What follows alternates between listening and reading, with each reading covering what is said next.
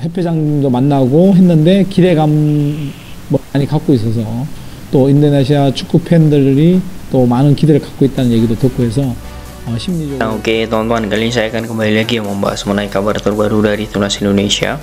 Dan di sini pun saya akan fokus ya mengenai updatean di kualifikasi Piala Dunia. Oke, kita respect ya kepada pemain dan juga pelatih yang sudah bekerja keras di Piala Asia. Kita lupakan ya apa yang menjadi kepahitan dari timnas Indonesia. Walaupun ya menurut saya kepahitan timnas Indonesia itu bukan dari segi proses, tetapi memang skor atau angka. Nah, itu mungkin banyak dari teman-teman kita supporter timnas, pecinta timnas ya yang masih terbayang-bayang kenapa kita kemarin kalah 4-0, sedangkan dari bola possession ya, ball possession, kemudian penguasaan, bagaimana teknik ya, kemudian fisik itu kita menang.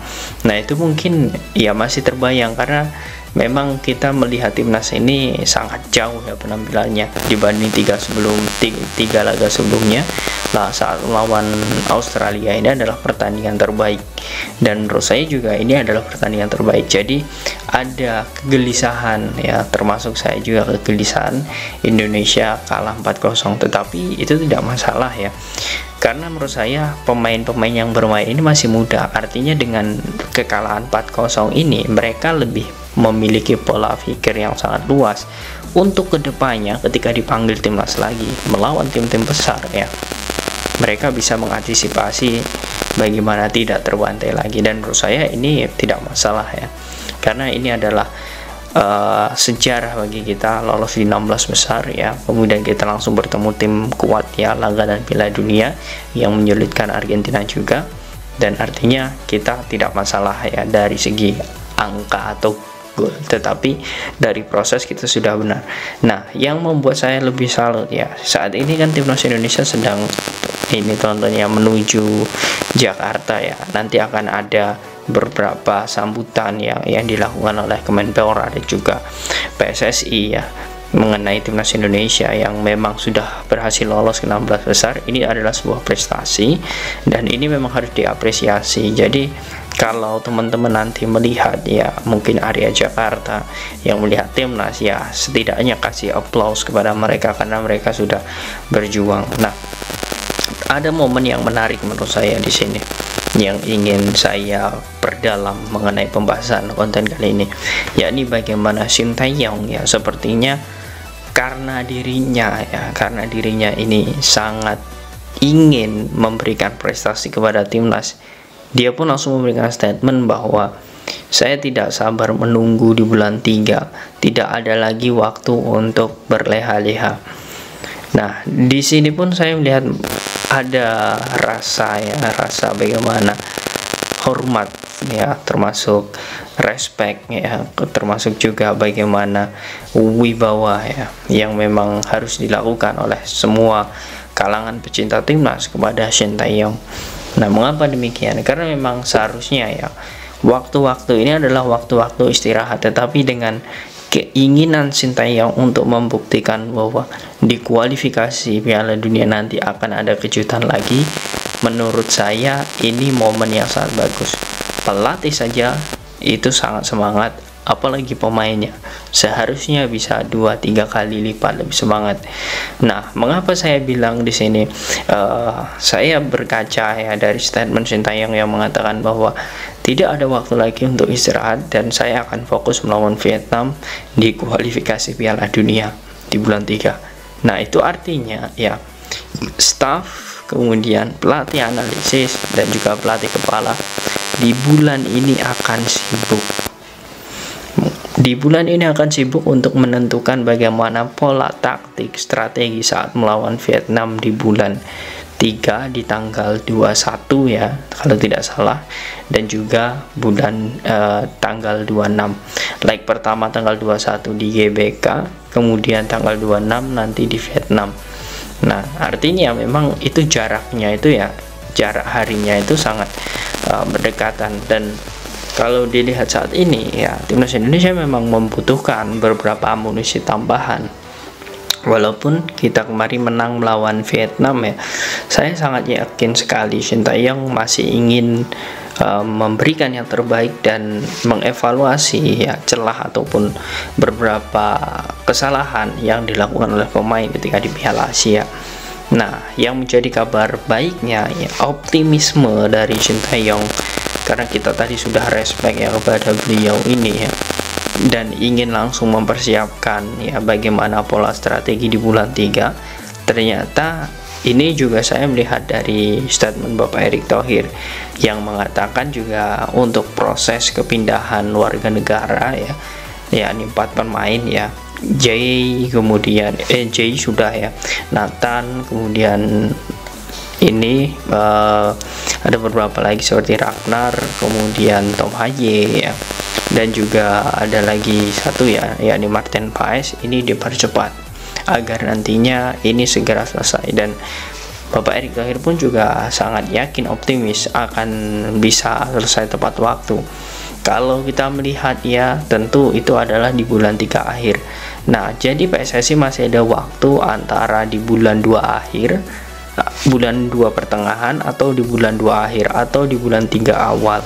Nah, itu masih ada waktu jika memang ingin ya memperbesar peluang timnas untuk bisa lolos di round selanjutnya. Karena kalau kita melihat dia sangat yakin sekali ya, Kapten Vietnam pun juga mengatakan bahwa ingin sekali ya memberikan misi balas dendam kepada Indonesia.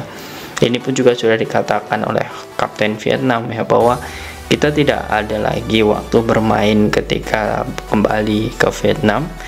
Salah satu jalannya adalah faktor ya, yakni untuk berlatih di klub ya, salah satu jalannya adalah berlatih di klub, dan selanjutnya adalah fokus di timnas. Nah, itu artinya dari segi kebugaran ya, para pemain timnas itu sudah diingatkan kepada para pemain timnas itu sudah diingatkan kaptennya bahwa melawan Indonesia ini tidak bisa dianggap remeh atau sepele lagi. Dan menurut saya ini sangat luar biasa potensi ya untuk timnas Indonesia jika memang nantinya ya Bapak Erick Thohir ya, PSSI itu segera mempercepat, karena memang target kita jelas ya, bagaimana kita bisa lolos di ronde selanjutnya dengan menempati minimal peringkat 2. Dan potensi timnas Indonesia saat ini untuk menempati peringkat 2 ya di bawah Irak itu masih ada. Bahkan ya kita pun juga masih bisa sebenarnya untuk menempati di peringkat 1, tergantung nanti bagaimana Filipina ya. Filipina ini apakah bisa mengalahkan Irak atau tidak nantinya, dan Indonesia apakah bisa mengalahkan Irak nanti di GBK. Itu juga bisa menjadi penentu siapa yang akan menjadi juara grup.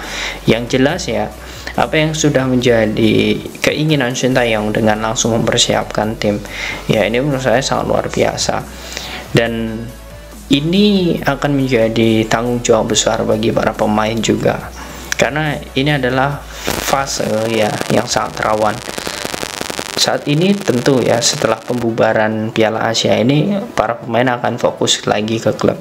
Nah, ketika di klub itu kita tidak tahu apakah pemain ini mampu untuk bisa menjaga kondisi ketika bermain di timnas Indonesia. Karena saya melihat seperti Arhan, Asnawi, Rizky Ridho, Witan ya, kemudian Egy, kemudian ada beberapa pemain lain seperti Yakob ya, yang selalu ini teman-teman ya menjadi pilihan utama Shin Tae-yong. Sangat saya apresiasi, fisik mereka itu sangat luar biasa.